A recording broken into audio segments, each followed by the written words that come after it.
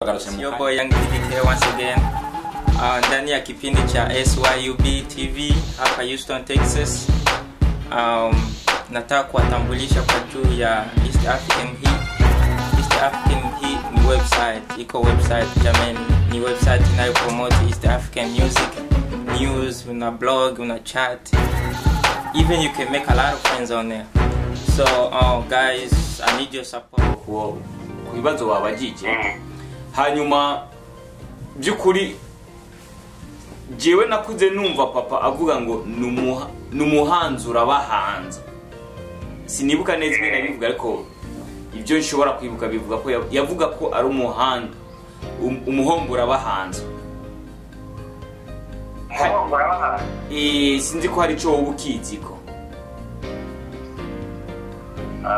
So kintu cy'umuhombora bahanza nta kiziko ya nuka Finland da mundi umuhombora bahanza ntigeze tuhomborwa.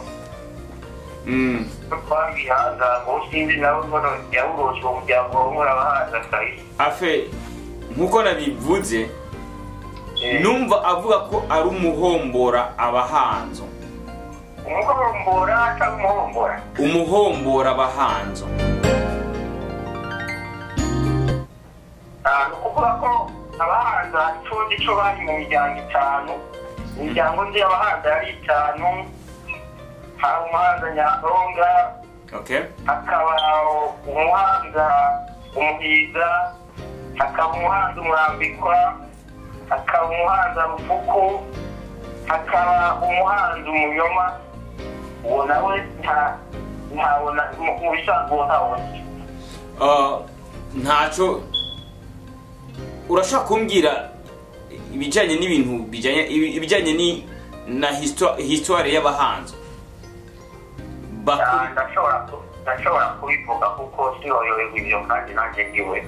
Jako Mutama. Kuvuga abahanza nk'uko nabivuze ubwa mbere nitwe twategeka igihugu kuko umwami wa mbere yitwa Ntwero. Yari umuhanza. Ndakumva. Yo yatwara Burundi, yari afise abahungu batatu. Hariho Ruhema, hakaba Ruhanganasoro. Abo bariho bahungu yo nibo bamufasha gutwara igihugu cy'u Burundi. Ahantu hambere yatanguye gushikira kuko uwo Ntwero yaje ava muri Kongo.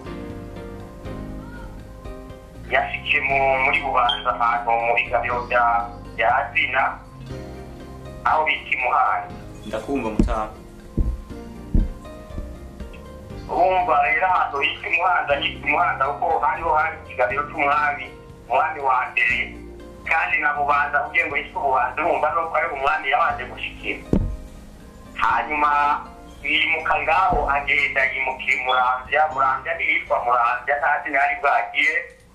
Uko urumva yitwa Ntwero niyo yatanguye gutwara Burundi rikishamba ntibyari bwagire tugagira izina intara zose nta mazina ryari rifite. Ageze Muramvya umugore wiwe arahwera kuko umwami kazi ntiyahwera bavuga ngo ararambike. Umwami yapfuye nabo bavuga ngo aracana. Amaze kuramvya rero Muramvya ikiraboneka kuko ari umugore w'umwami aguye. Muramvya ikibaho. Hanyuma umuhungu wiwe Ruhema nawe yatwara akarere ka Bugesera ya mu ntara y'u Rwanda.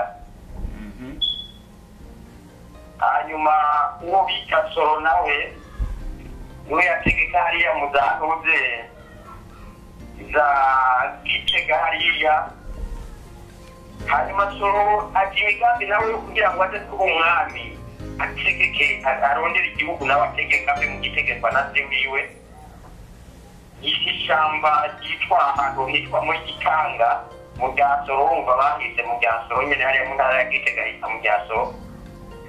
Ntawuzi ko hari igihugu yoba yaragiye muri twigeze tumenya ko hari igihugu yoba yarasohotsemo ngo aje gutegeka muri icyo gihe.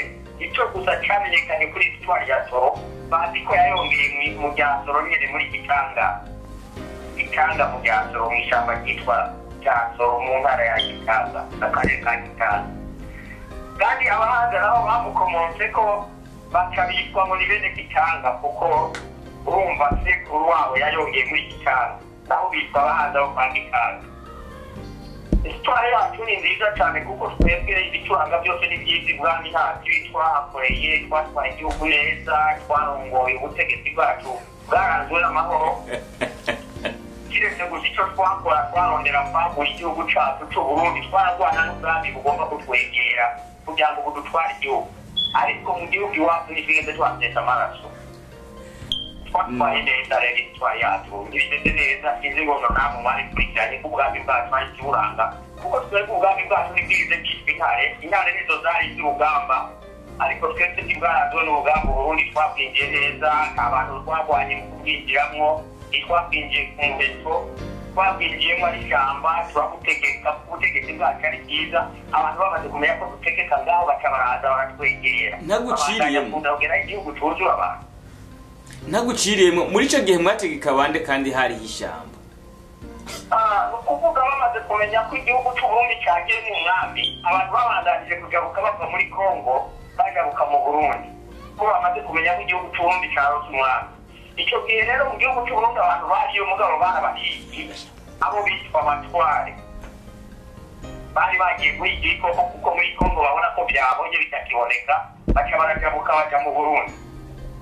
Bamaze guhiga ibikoko rero umwami nawe yarakundana n'abahigi kuko nawe umwami yari umuhigi, yakunda abahigi cyane. Amaze kumenya ko abahigi ariyo bahehe agaruka gutegeka icyo gihugu kitagira umwami cy'ishyamba, agaruka mu Burundi. Abantu bamaze kumenya ko icyo gihugu cyarose umwami bakamenya ko ubutegetsi bwabonetse mu Burundi baca barajya umwami yategeka abantu bari. Ndakumva bo ndumva ko uzi ibintu byinshi mushinga ntaye Shabani Simeon, ariko akabazo ka nyuma canke mu kurangiza mu bibazo no bamfise ntutanirane ukomeze kumbaza namba mbona tishe ibitaratomora koze dutomoke. Muri make wowe uzi ko igihugu cy'u Burundi cyo gifise imiryango ingahe canke ingana gute? Nukuvuga imiryango y'u Burundi kweri ntashobora kubana mu ningahe, ni myinshi. Nukuvuga ko ijya miryango mubona mu gihugu cy'u Burundi wacu, mu bindi bihugu bayita amoko, twese turayita imiryango, ariko mu bindi bihugu ho bayita amoko. Ariko kumva mu gihugu cy'u Burundi wacu ngo hari amoko atatu, ariko ugiye kuraba imiryango ihari naho iri mu majana n'amajana. Natwe dufite amoko menshi, ariko nuko bamaze amoko bagaca bayahindura imiryango, kandi cyerekana ko turi amoko menshi. Nacyo ikiboneka yuko twese tuvuga ururimi rumwe. Ibindi bihugu ugasanga kira bwoko buvuga ururimi rwabo, ariko natwe iyo amara twagize twivugira ururimi rumwe kugira ngo byorohe. Twebwe rero ni ukuvuga ko imiryango iri mu gihugu cyacu ni myinshi, dushobora kuyimenya, ariko iyo nzi imike ariko dushobora kuyimenya yose. Bo ndibaza uranyishuye muri byinshi noba nabagije, kandi nizere ko inyishu mwaba mwatanze zoba ari iz'ukuri kuko bimwe bisa n'ibyo dusanzwe tumenyereye kubona. Hanyuma reka shikirize ijambo umushinga ntaye Steven Raphael we yari yampaye akanya ari nawe yoba arongoye kino kiganiro. Muragize neza ku nyishu mwaba mwatanze, kana muhereze umwanya wawo.